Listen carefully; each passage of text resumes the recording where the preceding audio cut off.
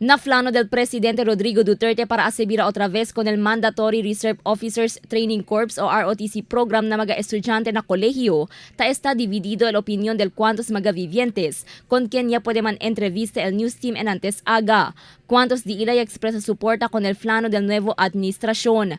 Según con Mirasol Yuwayan, un antes miembro del ROTC, iya graduan Advanced ROTC, a favor ele asibira con el Mandatory ROTC na kolehiyo. Puera que disiplina este con mga estudyante, ta resulta también este para na respeto del otro persona na un miembro del ROTC. Favor ako kasi nga when you say ROTC kasi it's not naman yung mga nakikita natin na bad influence siya, but instead it will help you discipline yourself. Then as long as yung respect naman din na makukuha mo is worth it sa lahat ng trainings na dinaanan namin before.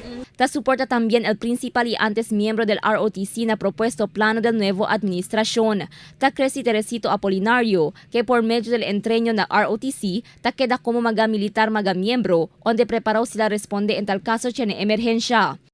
Regarding on that ROTC el del Quant programa que receive mandabira jatong presidente, on my part, I am a favor for that. Kaya I was also a product of the ROTC. So, well trained niya kita daan. If ever man tiyan mga kwan, dol militarya kita tanak poko-poko. Palta lang el armas.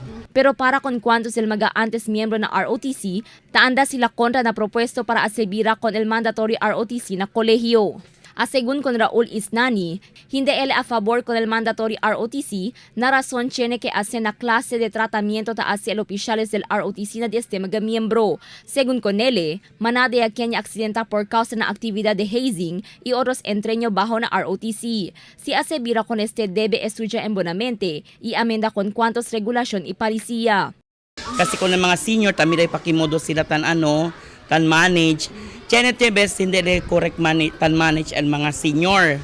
Pero si abla to pagdating na training, okay le training. Pero after kita ya, tauya man kita, no? Hindi kita ignorante pagdating na mga sitwasyon. Maskin abla kita bueno university na di aton nasyon, ta chene syempre akol mga hindi kita debe ay ma-encounter mga tamuri gayot. Cuantos también anda contra con este, siendo el aumenta según este na gastos del mga estudiante y tiempo para na programa. El menor según hora del mga estudiante, estudia y descansa siendo más que en weekend debe sila reporta. El programa tarikiri con todo escuela antes se implementa con el National Service Training Program o NSTP del año 2002. Este ya dale opción con mga estudiante para escoger entre el ROTC, Civic Welfare Training Service o CWTS, o Literacy Training Services. Después implementa con el NSTP y amenora el número de mga enrollees del ROTC na entero país. Actualmente ta conduci hondo estudio el Commission on Higher Education o CHED acerca el propuesto plano para asibira con el mandatory ROTC program na kolehiyo. Cristal Almonía, Dateline Zamboanga.